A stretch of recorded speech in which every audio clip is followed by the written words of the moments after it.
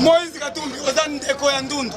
Telle teinture na yo, oza ndeko na biso te. On doit tirer attention avec les métis. Oui. En commençant par Ndundu. Bologna, Patrick Bologna. Tengo Adondo. Jean-Claude Mouya. Botela Bilongi na bango. Nani? Olivier Kamita. Ada Bombole.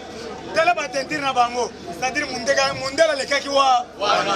Nous tirons attention. Yango tolobi boye. Mundela le kakiwa. Lumbe. Yango biso to pesa valeur na bato baza chocolat. Na bato baza noir. Soko moni mutu meti keba na ye. Mundela le kakiwa. Yango tolobi boye. Chibempiana.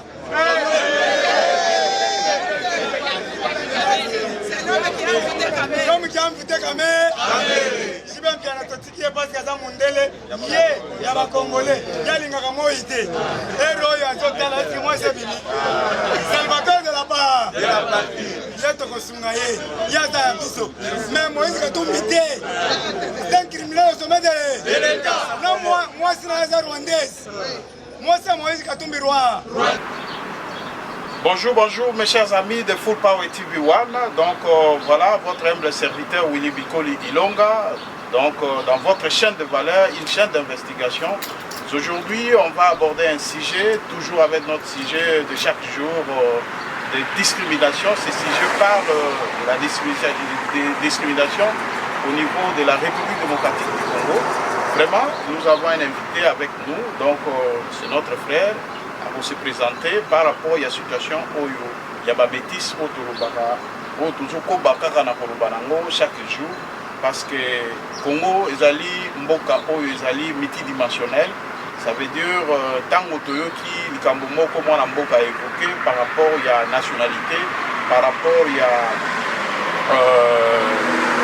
comment dirais-je nationalité unique. Donc pour accéder à comment dirais-je pour accéder à la tête ou bien à la présidence, à l'institution, il faut être congolais de père et de mère. Et aujourd'hui, on va décortiquer, on va partager avec notre frère et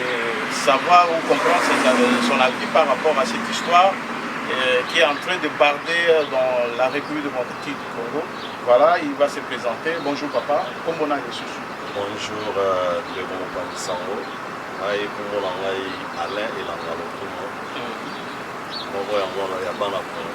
voilà. En tout cas, ndeko na biso na kanisi boyoki kombo na ye papa Alain et Langalokumu azali pe congolais. Donc vraiment papa par rapport à la situation où toyoki où les canaba réseaux sociaux bazolo bela par rapport à la congolité bazolo bela par rapport à nationalité unique, donc pour accéder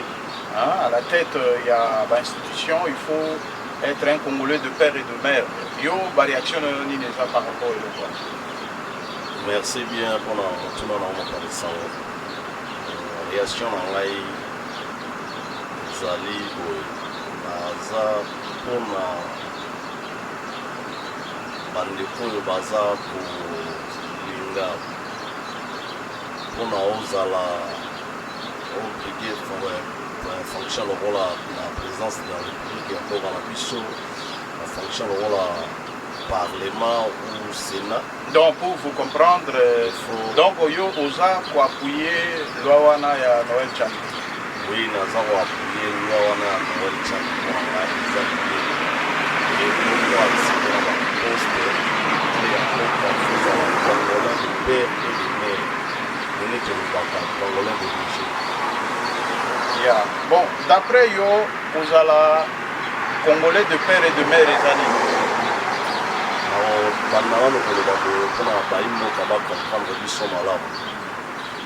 Moka Congo,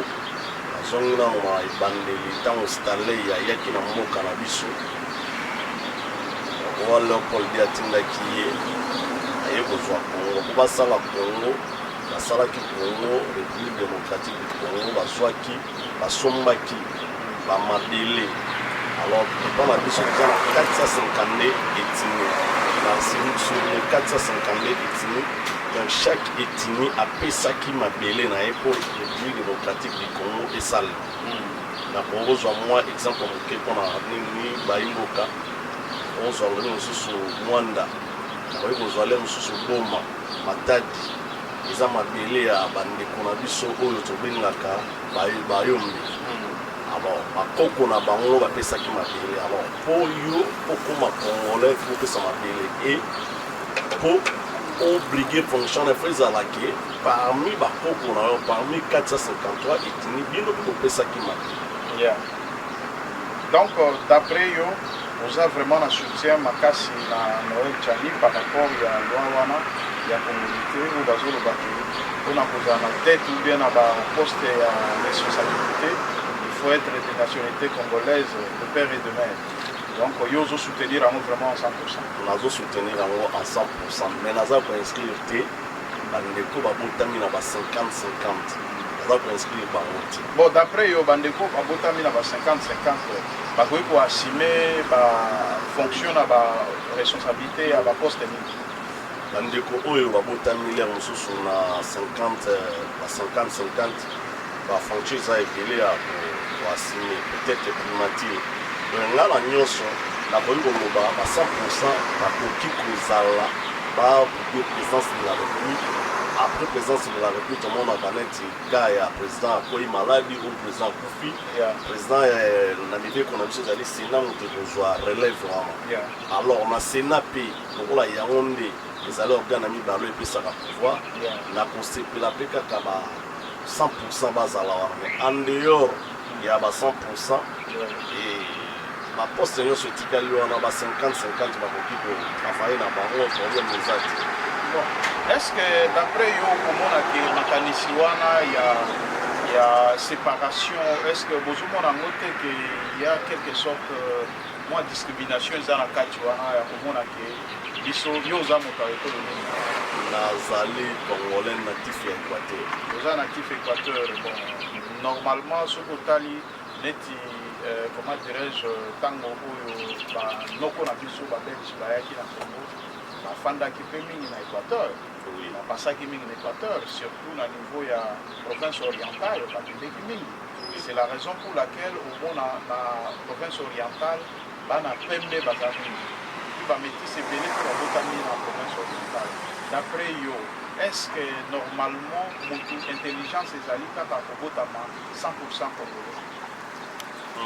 Lekobanisango même monsieur nazongi malgré banoko oyo ndenge babelge bazwaki bamama na biso baboti bana oyo batikeli biso bandeko na biso bapembi wana mais bango moko banoko oyebiki na Congo tozwa constitution misato. Constitution ya liboso tobengi ya lwabu na kati ya constitution na banoko balobaki ntango esalamaki balobi ke mpona oaccéder même na pouvoir wana mpona bafeza la congolais epere lemere parce que les données compte et la deuxième constitution, toute une constitution fondamentale où ça va être papa et tiens c'est que dit baliaou batubele le ça qui pouvoir dans la deuxième république va travailler même la constitution on a parce qu'elle toujours pour garder et logo va venir pour la des choses à la toujours congolais d'origine mais dans ma bé kotawa parce que les deux constitutions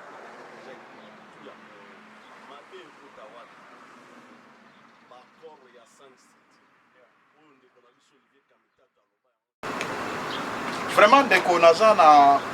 eloko moko na ngina yokisa yo parce que oyebisi biso awa ke quelque part loi wana ezali malamu parce que kozala na motu ya mboka un étranger ezali eloko moko eza malamu te mais nakomona vraiment ndenge makambo ezokomarche na Congo. Est-ce que réellement Noël Tchani aza na baintention ya malamu nsima ya koloba na ye makambo wana? Est-ce que baintention ya mabe ezali te ya kobatama nsima ya kongolité wana? Merci de compagnie. Ngai naza Noël Tchani te mpona yeba baintention na ye nini ye aza eta po bapoliticien baza na bamayele na bango na mamona bango bamona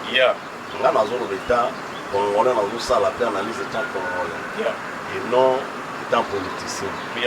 baintention na ye na yebi te bon ndeko mpona kokende mosika te nakoki kotiela yo mwa eloko moko ya moke omekana na kolanda comme ça opesa biso ndeko ya ndundu tala teinture na yo oza ndeko na biso te on doit tirer attention avec le métier en commençant par endundu boliki Bologna Patrick Bologna Kengo Adondo Jean-Claude Mouya kotala bilongi na bango nani Olivier Kamita ata Bongole tala batenti na bango c'est-à-dire mundela lekaki wa nous tirons attention yango tolobi boye mundela lekaki wa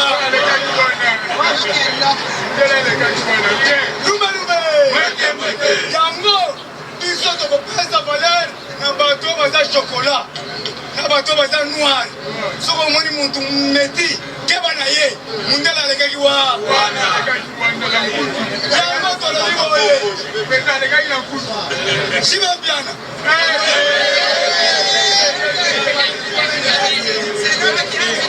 komi kampu tekame shiba biana totikie pasi aza mundele bon azwa micro na yo papa bon na ndenge oyo olandi makambo wana est-ce que ozomona ke loi oyo par rapport ya audio oyo yoki omoni ke eza loi oyo ye mpona kosangisa bakongole ou eye mpona kodivise parce que natieli oka audio wana opesa biso réponse par rapport à bon ngai par rapport ya audio nakoki kolanda bandeko oyo te baza na basentiment na bango ya bacamp politique na bango nakoki kuna kolanda bango te nayoki bakombo mosusu basite wana nakoki kozwaka lokola ya Adam Bombole bato wana baza bacongolais bakombo ebele basite wana parce que Olivier Kamita c'est congolais à 100% même nayebi te pourquoi bango na basentiment na bango baza kotyaka na kati ya nini mais biso tozolobela bon Olivier Kamita olobi aza congolais en 100%. oui bon papa aza nani mama aza nani mama na ye congolaise papa na ye papa Kamita Masamba biso tu toyebi ye Olivier Kamita abotami na mama mondele te papa mondele te abotami na mama moyindo papa moyindo mais sikoyo papa moyindo mama moyindo teinture wana na suki wana na zolo wana soki otali papa Kamita est-ce que vraiment zolo oyo papa nani Olivier Kamita aza nango eza zolo ezali ya papa na ye Kamita ndeko kopanisa onga nayebi Kamita le père aza mwindu makasi non nayo na ngai toyebi papa Kamita Masamba très aza mwindu makasi naboyi te mais sikoyo naboyi kokota na kati wana te parce que ye papa Kamita Masamba de son vivant areconnaîtraki mwana na Olivier mwana na ye c'est pas un enfant adoptif c'est pas un enfant c'est son enfant légitime na bamasolo mosusu nakokota yango na kati te mpo naza papa Kamita te nazalaki moninga na ye te natambola na ye te nayebiaki vi na ye te nayebi papa Kamita étant politicien congolais surtout mais ye moko areconnaîtra mwana na ye nayebi ke na babiologie peut-être na barrière parent bato mosusu mpe bazalaki batombe na kati wana bazali nakoki kotaxe bato nyonso batombe te baétranger na Congo c'est une fausse argument bon sikoyo mpona tokolobela kaka bandeko na biso ya race oyo bazokodiscrimine bango olobaki baza bakongole ebongo soki motie Jean-Pierre Bemba mpe azali 100% Jean-Pierre Bemba aza congolais à 100%. Congolais à 100%, nayebi te yango nabina bakokota na basentiment na ndeko te parce que bandeko na biso bagériste bakoexplike mpe bandeko oyo peut-être bamonaka bandeko bagériste te moto lokola Jean-Pierre Bemba nazwi ka na ye ndenge moponi abotami papa na ye oyo biso nyonso toyebi papa Jean Bemba Saulo na abotami na moko ya baparent congolais moko ya baparent portugais et mwana nyonso abotami na banationalité wana mibale moto azalaka banationalité mibale te akosala choix ya nationalité moko papa wana asalaki na choix azwaki nationalité ya mama na ye azwi akomaki congolais et le même mama akei abali le même papa akei abali mwasi congolaise baboti Jean-Pierre Bemba Jean-Pierre Bemba aza na rang ya bacongolais à 100%. bon sikoyo omoni ke na bandeko oyo bazosala makambo oyo ya koloba kopelisa moto na kati ya parlementaire debout ya kolobaki soki omoni mondele omoni mwana ya métisse seke mondele alekaki wana soki omoni métisse donc olobaki mondele alekaki wana d'après yo soki ke na camp oyo mosusu mpe ya bamétisse bamoni ke baza kohumilie bango kosabote bango batomboki mpe omoni te ke quelque part oui bote kopela parce que baza bato yango na kolobaki na badirigant politique na état major na bango fo bayeba koyebike bapartisan na bango parce que bapropos yango baki na kokota na kati na bango te bapropos bandeko wana baza koutilize eza bapropos oyo eza na basentiment ya bacamp politique na bango nga nazoloba état congolais nazolobela likambo ya 100% congolais na ba 50% congolais bandeko babotami na baboti baa na babikolo différent baza na droit ya kosala choix na bango soit bazwi banationalité côté ya batata na bango ou bamama na bango ou bazwi côté na biso ya congo eza mabe te mais problème eyali nini na kati ya constitution nyonso même awa na états-unis nakoza exemple ya Arnold Schwarzenegger asalaki mobele ya bien na californie oyo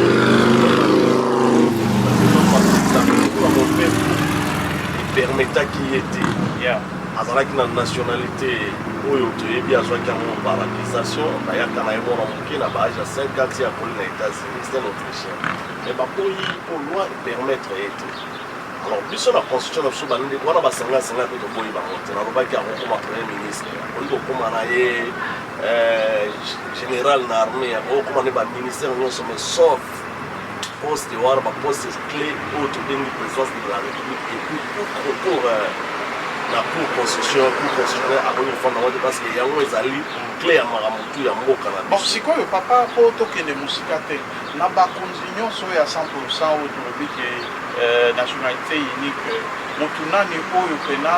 oyo yo amarka yo parmi bakonzi nyonso ti lelo ti na epoka mobutu oyo baleka na ba 100% eloko nini ya malonga basala soki tozongi na histoire ya congo nakobanda na régime ya kasavu malgré nazalaki te na époque bon nabetela papa kasavu maboko na histoire yalaka wana po ozwaka moke po nabetela ye maboko inclusion na ye na deuxième république obetela ye maboko na eloko nini nasala kese ya l'état ayebaki kobatela misolo ya l'état détourneme ezalaki oti wana nabeteli maboko na premier ministre na ye lumumba naye kozwa deuxième république avec maréchal mobutu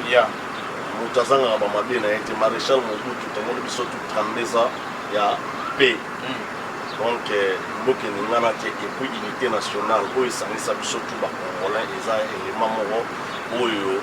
bamboka ebele omona biso baadétribu ya pamba bakoka kofanda place moko te bakomanaka me biso avec 452 papa wana sala mosala ya korenge biso c'est pas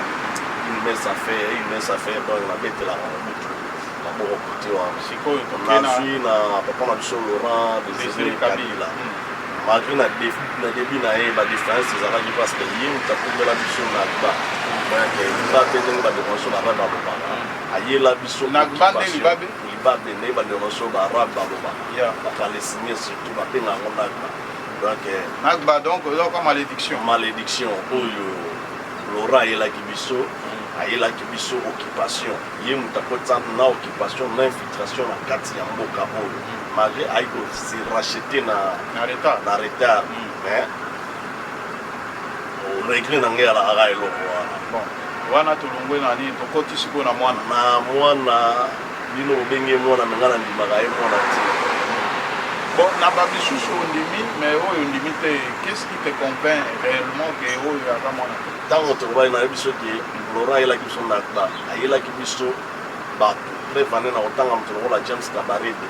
oyo azalaki chef d'état-major ya armée na biso mais akomaki chef d'état-major na Rwanda et puis actuel ministre de la défense nationale ayaki akomaki na bato magique nini oyo ye akomaki chef d'état-major général na armée ya voilà est-ce que papa orépondre bien na bato nyonso wana balobi donc tolobaki bolamu ya Congo esalemi motangi ya Kasavubu otangi Mobutu otangi nani mosusu Papa Laurent Désiré Kabila na minute moke amonaki ke bonzelo ya zolanda o babale ko forcer changer côté et Joseph Kabila oyo aza mwana ye Joseph Kabila ndeko toyoka na te basi ngai namonaka moni lelo toza na plus de 12 millions de morts ta occasionné mwana sur Joseph Kabila. Si c'est vrai que Joseph Kabila ala ki congolais ya solo yango moni na ozonga likambo ya ndeko na biso Noël Tiani makila ya 100%. Ata azosala mabon Laurent Désiré Kabila kendeki na mabe me se ressaisir à mon nom au bandeko na nga na kotia bango na danger te. Bon, voilà. Papa, oyo lobi wana ngai na yoki mais to koba to évoluer. Est-ce que papa ceux qui tozui neti makambo ya ba détournement ou ezokoyoka na kati ya Congo na kati ya SNEL ba détournement esalama ya bambongo bato ba détourna bango wana batiaki bango na poste mosusu okei neti na kati ya banque centrale ozokoyoka kuna ndenge ba détournement ezosala ba milliards ba millions ba milliards ezali biloko oyo ebungaka na Congo oka millions eza c'est pas le voisin d'à côté mais tozoyoka ba millions. Récemment là touti koyoka situation aussi ya ndeko na biso Willy Bakongo oyo diplomate ya mbongo oyo akatisaki nango Braza. Est-ce que tozwi na notre cas exemple que Willy Bakongo azali 50%? Merci de reparler. Willy Bakongo azali 100% congolais mais kimoyibi ezotala 50% te ezotala pe 100% te. Donc nalina kimoyibi nyonso na mukuse ezali ga mibe. Bon, napesa exemple moke opesi réponse ya malamu kolobaki moyibi azala 100% ou azala 50% soki ya moyibi aka moyibi. Bon, sikoyo papa na ndenge oyo tokomona ndenge wana ntango tomoni ke bato mosusu oyo bino bozokotaxe bango ba 50 ntango tomoni ke valeur mpe ezali na cadre ya bato wana na nzela ya bango estce bakoki koaccéder par rapport ya bwanya par rapport mpe ya limemia na bango ya makambo etali misono estce tokoki koconfie mpe bandeko na biso te oyo ya 50 mpe totikela bango temps parce que topesi mpe temps ebele na bato oyo ya 100% kaka bango wana bango wana bakosala biso mabe ndeko na asirve bandeko ya 100% yo ozopointe badwa baza bamoma ya malamu te mais elobi teke na 80 millions d'habitants ya bakongolais bamoma malamu azangi mpona kodirige baza ebele peut-être yo mpe ndenge ozaza bamoma malamu ya kongo mais ozwi nde chance te ya kozala wana. mais papa kuna baverwie te omoni soki tozoloba makambo oyo tozoloba yango par rapport à banalyse de tout ça parce que yo ozali congolais nakopesa nano exemple ya makambo ya congolité oyo bazoloba Noël Tiani asoleke. Est-ce que bino bozokocomprendre te ke bato nyonso baza na gouvernement baza bato baza ya ba double nationalité? Est-ce que vous êtes d'accord? Bon, namoni neti likambo yango ya congolité ondire bani na Noël Tiani ezopesa mabe kaka po Tiani moto alobi yango mais na moment ya de ya 1+4 il y avait Kulutu na biso Roger Lumbala ayaka na likambo wana déjà ya congolité mais bato barejetaki yango amonaki yango neti mabe po ye aproposaka mpe eloko wana na moment ya 1+4 bato barejetaki yango no bapesai baargument touti na babikumba guerre banini mamo ebele tooluka kimia bilo wana ya nini mais ngai na moni ke bakosala loi te mpona eprotege moto moko quelconque loi ezali loi faut frapper biso nyonso bandeko oyo baza ba 50-50 soki bayebisi ye akoma premier ministre asala mosala ki premier ministre. Est-ce que yo na ndenge olobi boye est-ce que oza sûr ke loi wana eza proposition ya loi soki eleki gloire adi soki mpe eleki te gloire adi baza kuna bao baa bamajorité bareprésente ya peuple baza kuna soki baboyi yango eza kaka proposition ya loi ndeko Noël Tiani akende kotala liso ya bacartouche na ye abongisa prochainement akoya mpe kaka kopropose lisusu baeli ya peuple soki bakondima yango bakondima yango baloi mpe oyo neti article 10 ya constitution ezopermettre même moto auta na ye Tanzanie auta na ye États-Unis aya na ye azwa na ye pouvoir na Congo lokola mpe bandima tozokende nango kaka mais loi nyonso baamandaka yango. Bon sikoyo papa na ndenge oyo olobi tokokende vraiment mosika te toleka nano kolanda lisusu mwa eloko mosusu comme ça tozonga mwa moke na nsima comme ça à porter ce projet ou cette proposition de loi, surtout quand on sait, selon des sources concordantes, que vous-même vous avez déjà renoncé à la nationalité Monsieur, congolaise. si vous continuez à affirmer des choses qui ne sont pas vraies, j'arrête l'interview. Je vais vous dire une chose. Je parle des sources concordantes. Non, je vous dis, si vous continuez donc à raconter des bêtises, j'arrête l'interview. Il s'agit Parce pas- que ça ne vaut pas mon temps. Ça ne vaut pas mon temps. Ça ne vaut pas mon temps. Donc, il ne s'agit pas des Je vous dis bêtises. bien que si vous continuez à raconter des bêtises, j'arrête l'interview. Alors, vous voulez dire ici à notre public que tout le temps que vous avez passé aux États-Unis, vous n'avez pas acquis la nationalité américaine. Je vous l'ai déjà dit à plusieurs reprises. Vous n'avez Parce- pas dit ici. S'il vous plaît. Si vous continuez à faire ça, j'arrête l'interview. Et Non, la c'est dernière- important, par respect aux téléspectateurs, parce qu'il y a quand même des questions que les gens se posent. Nous ne sommes pas dans les polémiques inutiles. Je vous dis que l'interview est terminée parce que je suis- Non, mais nous devons quand même du respect au public. Non, mais président, Bon, nakanisi biso tozali awa pièce contre pièce. Ça veut dire que moto ya valeur ayebaka ye mpe bomoto na ye par rapport ya koloba. Est-ce que acte moto oyo apose awa bapose question par rapport ya nationalité ya kotuna ke est-ce que bata nyonso oyo osalaki na États-Unis ozwa nationalité te? Yoka réponse il y a homme d'État moto ya ye na proposition ya loi ya congolité oyo balobi ke moto po accéder na baposte ya likolo présidence il faut être de père et de mère congolais yoka réaction donc bwakeli journaliste micro nasi nayebi te soki omoni ou bien omoni te. Donc est-ce que cet homme politique est-ce qu'il est digne d'être appelé un homme par rapport à agissement? Bon, agissement na ye eza agissement moko oyo eza condamné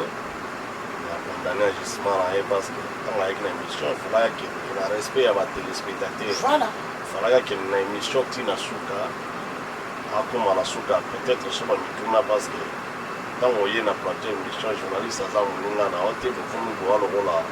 na front yazotuta mituna na ye ozoloba se défendre falaka se motuna ekomi lisasi kuna ole ekomi lisasi mpo na ye wana ndeko noelitani ake na kanda abunzi. Bon, sikoyo orépondre malamu mais na ntango oyo komona ndeko Tchani kokima motuna ça veut dire que aza kose reprocher na quelque chose parce que question ezalaki ya nationalité oyo ya ye biso comment ye moko akoki kozala modèle te apesa biso nano identité na ye. Bon, biso nyonso bakongolais toyebi ke ndeko Tchani aza congolais. Non, papa. nazoya mopanisa naza tokende malembe motuna na tokende malembe naza kopesa yo yano na motuna na biso nyonso tokende malembe papa nayebi ke oza na makambo ya koloba me nakoyebi soki yo batuni yo motuna ngai nazotuna mituna okopesa na bia eske motuna eza lisasi mais sikoyo moto aloba bo yo moko d'abord il faut ntango yo oye na loi yo moko il faut ça exemplaire bon il faut s'attendre mpe na baquestion bato bakotuna yo est-ce que réponse ya motuna wana epesami ou epesami réponse ya motuna wana epesami te yango na ngai na développe moke nabaye ndeko Tchani ake na kanda ndebe eza wana ya réponse ya motuya wana ezali na batelespectateur ndeko Tchani biso nyonso toyebi ke azali congolais dès le départ mais s'il vous plaît napesa oka mo eloko moke ntango oyo ozoloba ke réponse ya motuna wana eza na bacongolais yo obimisi loi sikoyo bato oyo motuna donc réponse toke ezwango na population ça veut dire quoi? mais motuna ya ndeko journaliste wana ekomaki mpe na suka te parce que eloko oyo ye ozaki ndeko Tchani alingaka soki azwaki réponse akaki na motuna po aéclaircir bayimboka yango na lobi boye motuna wana ezwi yano te parceque tolingi todecortique yango état yani tolobiki état congolais asali mapene biso dès le départ eyebi ke Tchani aza congolais d'origine mais koya na mboka ya bapaya soki ndeko Tchani ndenge motuna ezalaki abongola nationalité na ye eki alongwa azwa nationalité ya Congo atiango nationalité ya mibale azwi nationalité ya yambo nationalité ya baméricain c'est-à-dire Noel Tchani eza kopekisa ete aloba makambo ya Congo epekisi ye te mais loi kaka yango moko ya biso ya Congo nde ekoyeba kozwa Noel Tchani bon voilà okomi na point zela sikoyo na epingle natia mwa eloko moke oyebi eloko nini constitution na biso nalingi par rapport ya moto yango naza koya yo ndo kati Voilà. kati ngai yango nalobi ke mobeko na biso nde elobi na biso loi na biso elobi ke nationalité ya Congo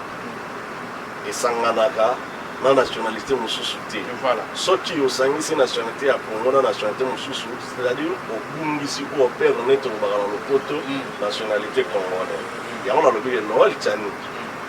aperdre nationalité congolaise na ye mpona aza na nationalité ya bapaya. Yango nalobi ke loi wana oyo ya biso mibeko na biso ebele oyo bandeko kombata babenga yango charte ya occupation. Effectivement constitution na biso ezali charte ya occupation parce que mwana ya mboka attaque mboka ya bapaya azwi nationalité ya bapaya eza na baregion économique akoki kobungisa nationalité origine na ye te. Est ce que Noël Tchani na bandeko oyo baza éparpillé na monde ya biso bacongolais bazwa banationalité ya bapaya balongwa bana ya baboti na bango?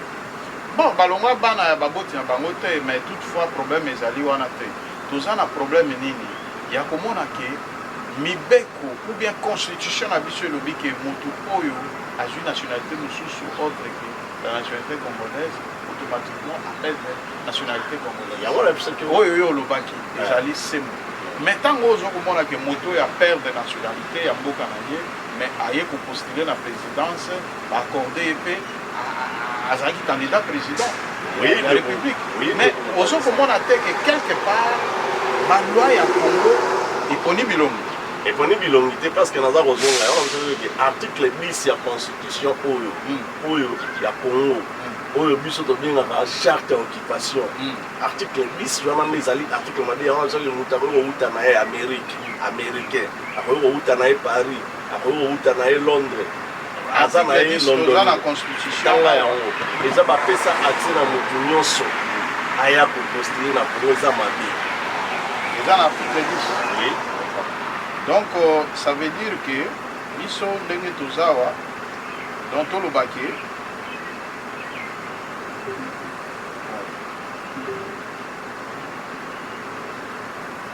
otomona bandeko Rubero bapostula na Congo mais toyebi biso tu Rubero aza nani? Pourquoi avez-vous cherché à entrer en contact avec Moïse? Monsieur, parce qu'il nous semble si que... vous continuez à poser des questions sur ces individus-là, j'arrête l'interview. Mais Noël Tchani, parlons-en quand même. Est-ce que vous êtes la personne qui doit porter ce projet ou cette proposition de loi, surtout quand on sait, selon des sources concordantes, que vous-même, vous avez déjà renoncé à la nationalité congolaise? Monsieur, si vous continuez à affirmer des choses qui ne sont pas vraies, j'arrête l'interview. Je vais vous dire une chose. Je parle des sources concordantes. Non, je vous dis, si vous continuez donc à raconter des bêtises, j'arrête l'interview. Parce que ça ne vaut pas mon temps. Ça ne vaut pas mon temps. Non, okay? Il ne s'agit pas des bêtises. Je vous dis bien que si vous continuez à raconter des bêtises, j'arrête l'interview. Alors, vous voulez dire ici à notre public que tout le temps que vous avez passé aux États-Unis, vous n'avez pas acquis la nationalité américaine? Je vous l'ai déjà dit à plusieurs reprises. Vous ne l'avez pas dit ici? S'il vous plaît. Si vous continuez à faire ça, j'arrête l'interview. Non, c'est important, par respect aux téléspectateurs, parce qu'il y a quand même des questions que les gens se posent. Nous ne sommes pas dans les polémiques inutiles. Je voudrais vous dire que l'interview est terminée parce que j'estime que vous me faites perdre du temps. Non, mais nous devons quand même du respect au public. Non, mais président, vous ne pouvez pas faire ça. Comment on va faire? Okoki jamais kozwa nationalité mosusu et puis nationalité na epesa oyo ndengisa ya kotravailler na bainstance mosusu na kati ya mboka. Donc okoki koya kuna na Congo okoki kofungolisa maison na yo ozoteka biloko en privé ni tout ça mais na bainstitution ya mboka yolobaki yo nga naza congolais nakoma ministre nakoma président yango na soli article 10 ya constitution ezali mabe parce que lelo mwana mboka akeye aperdre nationalité mais mopaya oyo aye kozwa nationalité na bino bondimi akende koaccede na ebonga wana yango na bi article 10 ezali article moko mabe ya constitution il faut revoir yango parce que nga na le vrai congolais que je suis naza na Amérique na changer nationalité na perdre mais ozwi mwana moko ya bafrançais mwana moko ya banani aye na Congo achange nationalité et akomi président na Congo. Est-ce que vous trouvez ça normal? Bon, to tikana no makambo wana parce que ezali vraiment vaste ndenge mibeko lobi ete mutu oyo akozwa nationalité mosusu aperdre nationalité congolaise. Donc ça veut dire que mibeko na biso eza clair là-dessus. Alors soki tomoni ke bandeko nyonso oyo baza na kati ya baposte ya baresponsabilité, bandeko nyonso oyo baza na kati ya gouvernement baza kaka bato ya identité douteuse oyo bato ya badouble nationalité. Alors na ka wana sikoyo tokoki koloba nini ke bazosala manœuvre ke biso bato oyo bandeko oyo tozali peut-être ba diaspora, parce que quant à moi, à mon humble avis, na gogo le baké, ozomona te que quelque part eza na makanisi moko ya mabe au bateau yo bazo sala à la longue par rapport ya ba situation à venir. Yo za na États-Unis, oza na bana ba américain ou ba botamiawa. Oui, bana ba botamiawa. Baza ba américain malgré que yo za papa, oza congolais 100%. Admettons que moi na yo ya mobali ya bali. Moi si yo za américain. Aboti koko na yo abali aboti sikoyo akokende na Congo na qualité omoni te ke a rejoindre ka ba métis ya 50 yango na zaiko na nga contre la métis à 50 te na logique que oza contre na zo poser motuna ezali sasite. Mais ça veut dire que yo boti awa bakoko na yo oyo babotami awa babali awa mindele ainsi de suite, est-ce que tango bakena Congo bako considérer bango ke bazali ba congolais ba considérer bango ke ba congolais parce que source eza ngai oyo naza congolais, voilà, père de mère et père de mère. Donc bana na nyonso baza ba congolais, baza ba congolais, bakoko ya bakoko na yo, bakoko ya bakoko na ngai naza ko ya bana na nga ba congolais. Mais baza na nationalité ya Amérique dans sens que constitution Amérique ezopesa droit ya mabele, ezopesa pe droit ya makila. Bana na nga babotami na baza na droit ya makila ya baaméricain te na droit ya mabele.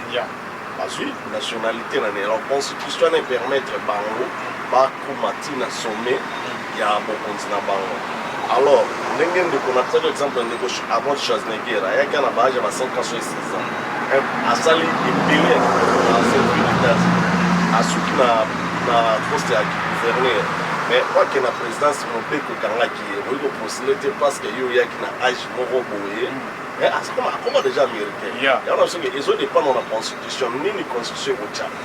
constitution ya pour les autres nini constitution ya Amérique eza koloba nini ezo dépend na constitution mibale. Bon sikoyo poto kende moi rapidement pour kusali pembeni ya kokoma na suka par rapport ya situation oyo ezoleka, est-ce que ndenge tolobi ke makambo ya nationalité ekoki kopénaliser même bakongolais 100% à la longue, parce que moi ya botami awa ayebi lingala te ayebi français te akei na Congo tokomonaka yango bato oyo bazoloba baparlementaire debu oyo bazokofinga bandeko ya bamétisi bango kutu baza kuna na Congo bazofinga bango ebongo bana oyo ya biso oyo bakobotama oyo bayebi lingala te bayebi français te ka anglais yo koloba nini? Moi je pense que eza problème ya constitution na biso eza mabe. Ba constitutionnaliste bafanda batala basala pe lisusu constitution mosusu ya sika parce que oyo bakokenda na référendum bakopesa yango mpe parce que constitution ezali charte ya baenvironnement tala yo moko na biso wana nazo makambo eza mabe. Ngai oyo nabotami congolais de père de mère mpo nazwi nationalité ya bapaya botolinga nationalité na koposilete me mopaya aye azwi nationalité na biso akeya koma président na Congo eza mabe wana eza mabe mile oyo ezali charte ya occupation constitution. Voilà. Bon sikoyo topasse na question mosusu, est-ce que mpo na yo na makanisi na yo oyo ete Congo ekende liboso ezosenga kaka ba 100% nde bazala na moto ya mboka ou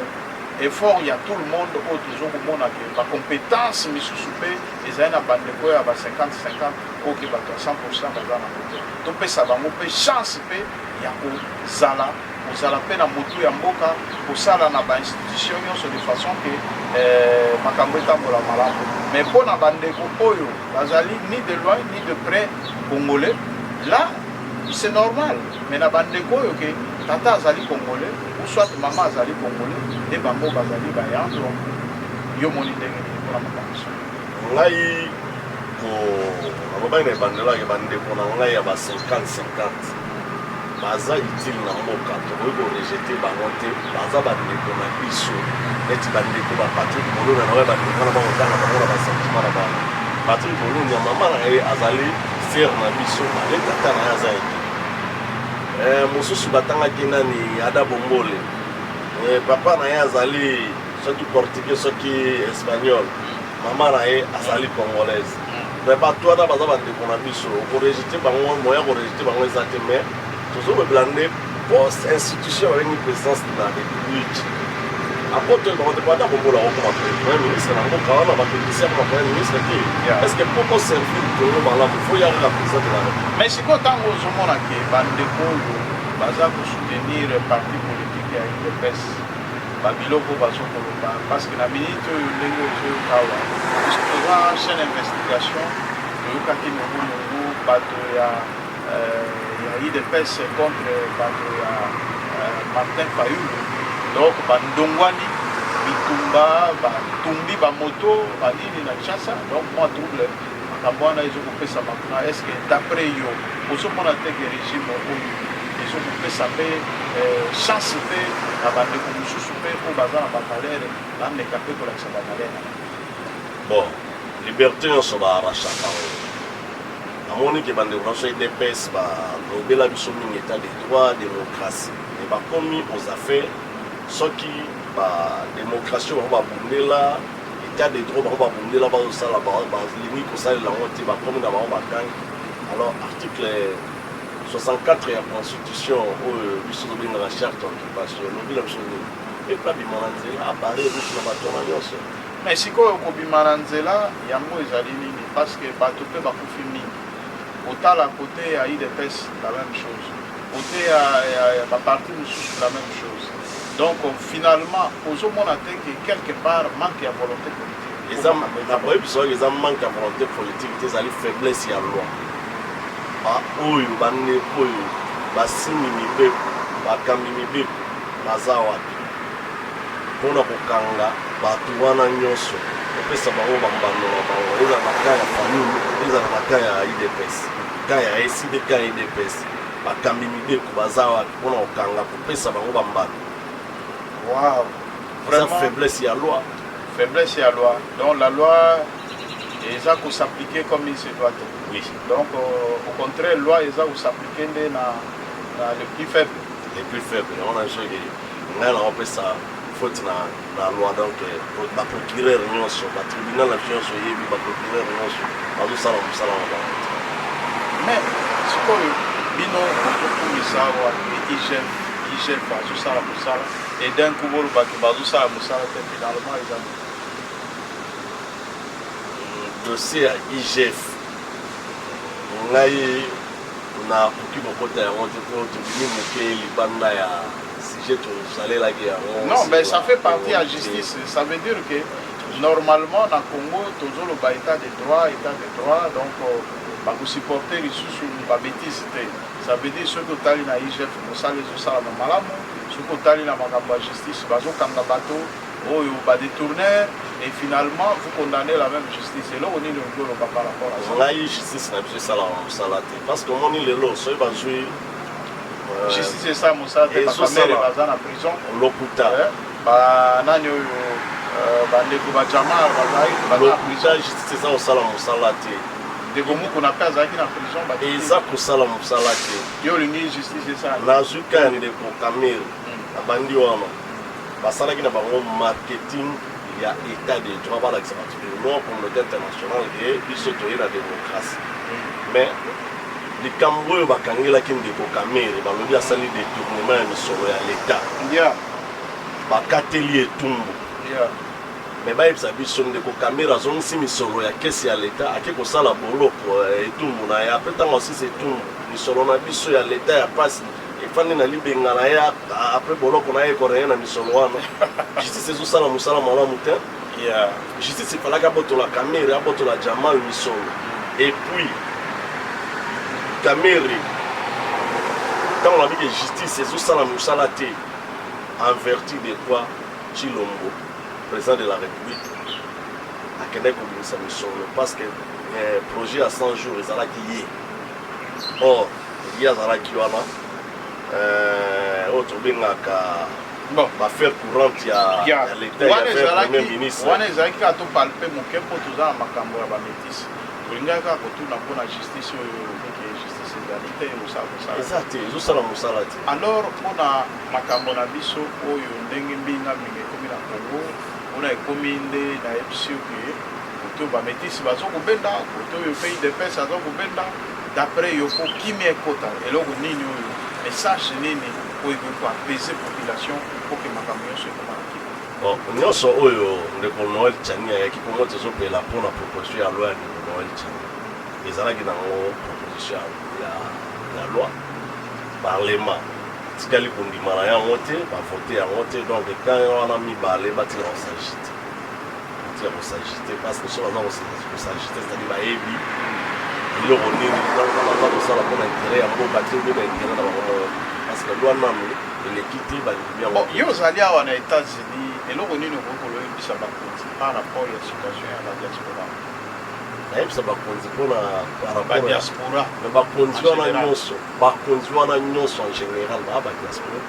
mais moto nini nga na koloba na bango bayebi moto le mosusu ntango okomi na kati ya baaffaire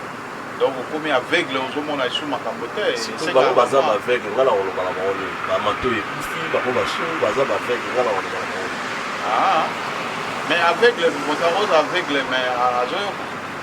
mato ekufi bakangi mato non baza nde baveugle miso ekomona te mais mato epeza oyoka te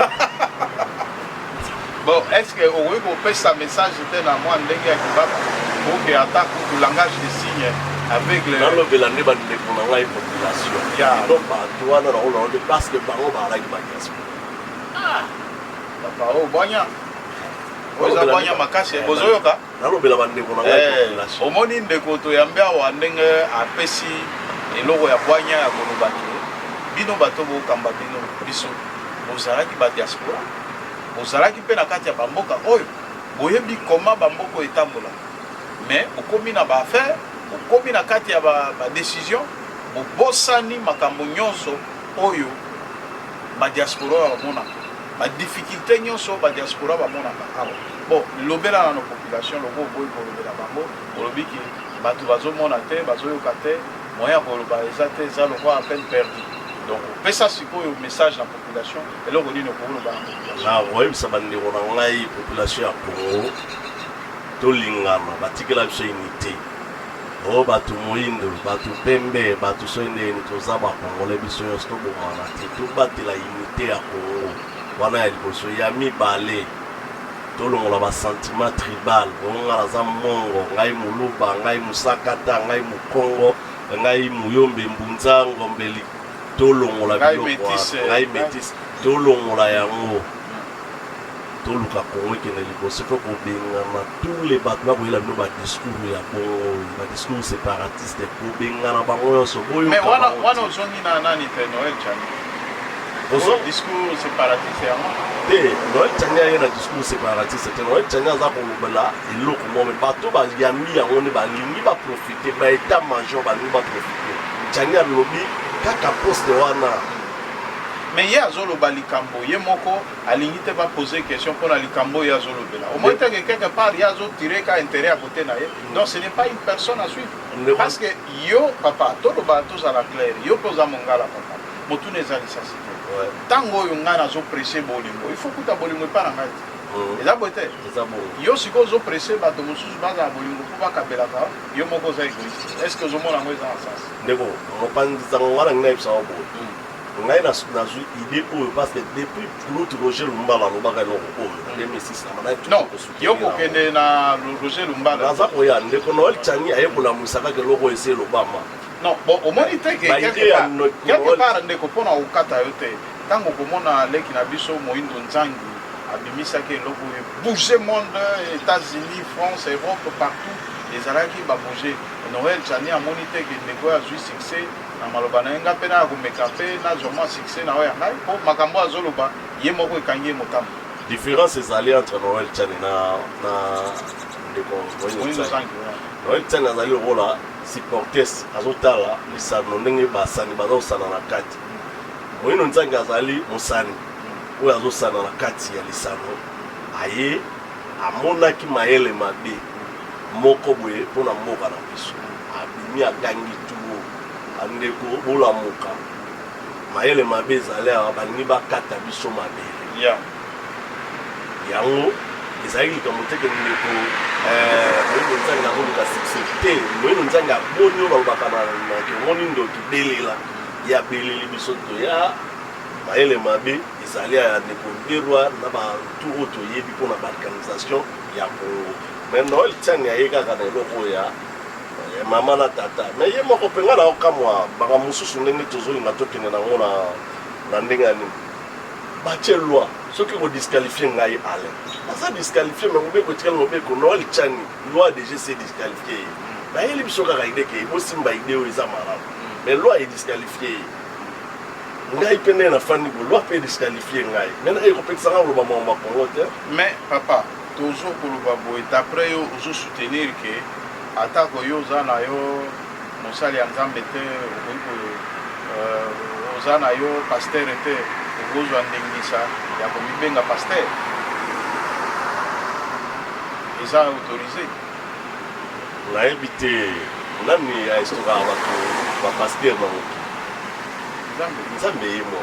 so ngai soki nzambe aponi yo mopanisanga okomi paster to bato ko balamuka na ndenge nango bakoma bapaster na ndenge na bango bazali mais oyo mpe nzambe atinda bango bazali ngai nayo koelongola yo moto nzambe aétablir paster ngai nalongola bino longa mosalaki paster nzambe aétablir yo bon papa motuna eza lisasi te namoni yo ozokodeve biso na baquestion sikoyo question na ngai ezali papa yo ozokomona appareil balakisi appareil yango oyo ozolobaki oyo eza appareil te ezali pa est ce que finalement donc eloko ezomonanake yango eza appareil yo ozolobaki eza appareil te ezali pa est ce que ndenge wana moto ya modele wana aza moto oyo okoki kopesa ye responsabilité akoki koespere question na biso ezali bon kasi yango nakotuna miso na ye kufa bon sikoyo ye amonaki ndenge nini ke loi atangi loi non mais atangaki loi nana nini na monoko bakoki koexplike ye akanisi akanisi alobi amoni asali biso proposition donc yo olingi olobaki miso na ye eza kokufa donc amonaki loi yango te Noël aza na passeport américain po comprendre masesanga na oloba ye aza américain apesaki biso proposition enambaka mutu na omona na Congo malgré ngai bobotola ngai nationalité mpo nazwa ya bapaya namoni na mayele na ngai mpo makambo etambola malamu tozwa nanu baoyo babotami na tata na bango bazala na présence ye moko nano toloba nano aza mpe 100% ndenge olobi malgré que nationalité américaine ekokweyisa ye est ce que na 50 oyo ye aza nango tokolobaka congolais d'origine parce que azali abotami awa aza congolais de père et de mère eloko nini oyo mpenza ya souvenir ya makasi oyo Noël Tchani amaka ye otala mpe nayebi Noël Tchani na kotala Noël Tchani namona exposé ya plan Marshall na ye mpona Congo c'est un économiste ana échosete namona plan Marshall na ye baide na ye ezalaki nango bien mais un jour eloko asali na Congo yaka baide mais mboka etambolaka na baide te ide yango esali nini econstruire nini est ce que Noël Tchani na vie na ye asa mpoma ta député be bourgmestre na Congo asala mosala nao na Congo te asali na mosala na Congo te mais par rapport a baide sikoyo nakojuge ye na nini namoni ide na ye aye na ide aza wana apesi ide bao bakolinga bazwa plan Marshall basalela yango mpona Congo mboka etambolaka na baide est ce que sikoyo tolobaki na ndenge Noël Tchani aza wana aza na double identité est ce que ye mpe akosala selon mibeko selon mibeko ndenge elobi Noël Tchani aboyi koya kosala nde mosusu bafrere na ye choite bapine kosala bacontener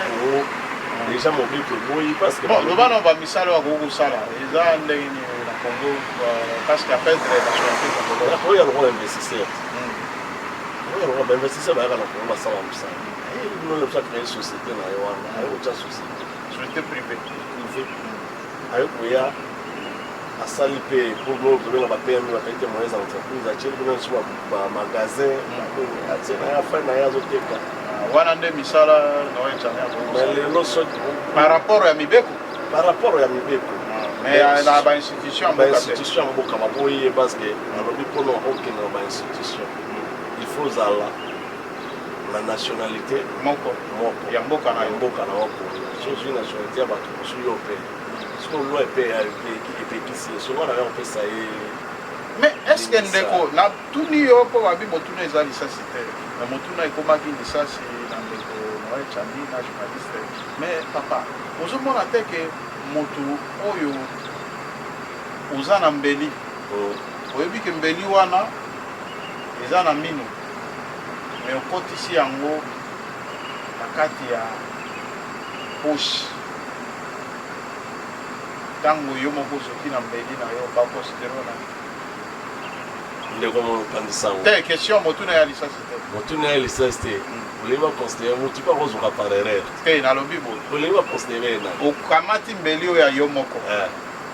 oyo kepela d'essence yo moko okotisi yango na kati ya usena mpe so yana moni bandeko na biso azai mbeli na yo moko ate kati okobwaka yango te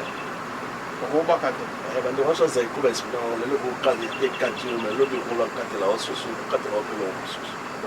totikana aza ya biso tokobwaka ete malgré azwa nationalité totika nano exemple wana mpo motuna ekomi lisasi omoni ndeko akoka osala démarche malgré ozodevie nga na baquestion mais quand même naza à l'aise obwaki micro te baacte ya kobwaka bamicro wana nde biso kondanaki yango asali mabe tozokoba kaka napesa exemple mosusu papa oza aveugle te oza moto oza na miso oza na matoi tozokende biso mibale kabakata ya libulu eza liboso na biso bakamati batie bapano alobi ke place oyo eza accessible te moto akota te eyo okei olongoli babarrière wana osote yo moko na kati ya libulu wana sikoyo ntango osote kuna na kati ya libulu okufi te nzambe asuki yo obimi mobili d'après yo moto abwanya moto asali action wana okomona ye moto andeni amilingi te amilingi te moko amilingi bokona olobani bakomeli biso eza accessible eza accessible eza accessible te na bato bokota kuna ye asepeli na ye alongola bino eza accessible mpo na ngai ake komikotisa c'est-à-dire quelque part l'homme soit dans les Saint Thomas bakatembe angaka ye biloko neza yango na kati akoti kuna nzambe abikisi ete yaye kaka voilà prochainement nazongela yango te voilà en tout cas vraiment tokomi na suka nde motuna oyo nde conclure makambo donc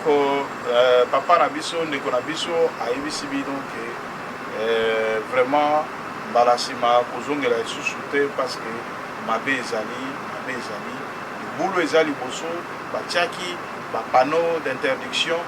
yo olongoli pano ti oke kokwea na kati ya libulu kozongela yango lisusu te vraiment wana ezali conseil ya papa vraiment eloko nini ya suka oyo ekoloba na bacongolais en général par rapport ya bapasi par rapport ya badifficulté oyo ezokoleka na congo tozomona ke biloko ekomi cher bandeko sakombi ya donc par rapport ya situation wana est-ce que makambo oyo kaka ya congolité oyo nde ekoza eye komatisa biloko cher ou bien quelque part gouvernement azosala mosala na ye bamilio ezobunga makambo ezobunga na mboka me population azolia malamu te biloko nauti kolanda bandeko mosusu bakomeli biso ke papa tiaka mpe mwa accent kobosana biso te awa na congo ndenge bino botikaki na lelo moto ya kosakana te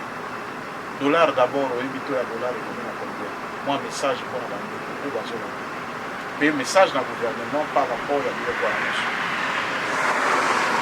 nakoyebisaka bandeko na ngai bacongolais bazali na gouvernement naza na message ya kopesa bango te mpo balingaka bino te bandeko na ngai bacongolais fo oyebaki bato oyo bazogouverne bino balingaka bino te mpe balingaka kongo te me botya elikya na bino na bango te me bozala peuple nyonso aseliberaka me bomilibere koselibere na eza nini soki ndeko na azalaka mongo yo oza mongo me azalaka na gouvernement nasalaka mabe boboma ye oyo message ya nde nini oyo message ya mabe boboma ye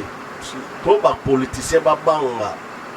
biso population photo bomba bango soki nanu tobomi bango mais koboma eza crime papa mouvement ya masse oyo condamné masse ke babomi crime yango botiela yango nani révolution française 1789 vraiment wana engagé kaka ndeko na biso parce que biso tokoki kotinda bato na mabe te mais toutefois problème ezali kaka wana ezali badire na ye biso tokataka motu te motu nyonso aza libre toza lokola ndeko na biso Noël Chani te oyo abwakaka micro ou bien koarrache motu parole biso totikaka motu aloba asexprimer librement donc bozolaka il faut koboma po soki nano na biso population congolaise nano tobomi bapoliticien te bapoliticien bakobanga biso te soki lelo États-Unis France égalité ya bapeuple esalama parce que 1789 de Gaulle boyebi ndenge nini esalema na France po balibere nini babomanaka baye kotala ke lokola peuple akomi éveillé aza tokomi kobomana na bango po totambola mpe fo totia égalité même na Algérie bomonaka bato lokola bazidane bapapa na bango so bakangama na baAlgérie parce que bazalaki batraître baboya bango bazonga Algérie baboma bango ebele bakenda baexil donc batraître balimbisaka bango te bapoliticien ya Congo bandeko na ngai population boyebake bapoliticien ya Congo balingaka biso te donc même abotama na mama moko so akomi politicien mabe ezali banda koboma ye changement koya vraiment bandeko bolandi wana ya engagé kaka invité na biso toza wana mpona kopesa exemple ya mabe te kotinda bato babomana mais toutefois toza mpe na information mosusu nakanisi so nzambe asungi tokozala lisusu na invité na biso mpona kodecortike na makambo nini oyo ezoleka na monde parce que na minute oyo tozoloba voire même na France baza na kanda makasi babeti Macron bata bozomona babiloko yango pasi ya population esukaka na nzoto pasi ya population boyokaka mpe mawa na population emoni pasi kaka bamilio ezobunga social ya population eza médiocre finalement nayebi te président français na minute oyo soki azongiata mai soki nini mbata vraiment batuti ye mbata vraiment ça c'est très grave donc mpona biso tozomonaki ezali kanda oyebake politicien député président ministre PDG aza mwana mosala na yo okoki kobersiaka ye te yo ndo futaka ye mbongo ya yo peuple koma yo ozobersie moto oyo yo futaka ye yo oza kobersie mwana mosala na yo azotambola na baprado yo obenge mwana mosala parce que peuple congolais na tocomprendre te ke biso nde bango bana misala na biso bango nde bakangaka mpe biso bana misala bango yango tolobi ke bazocomprendre te kobanda na procureur baparti wana nyonso yango na bi koboma bajuge wana nyonso baprocureur wana nyonso koboma ça c'est pas un bon message même nzambe abetaka fimbu nzambe abetaka fimbu po aredresse moto mais aeliminaka moto te parce que soki olingi okorige moto ntango oyo bomi esiko moto yango akozwa correction de nana soki nzambe soki adeside yo mpo na tia affaire oyebita asala biso mpo na zwi biso tuti makambo bakebokende na lola boya mpa nanga na lola mais aloba na biso ke tosambisama bamisusu bakende affaire parce que toboyaki kotosa oyo ye aza kolinga ndenge moko mpe bango babana misala biso ntango bakoyoka te faut toboma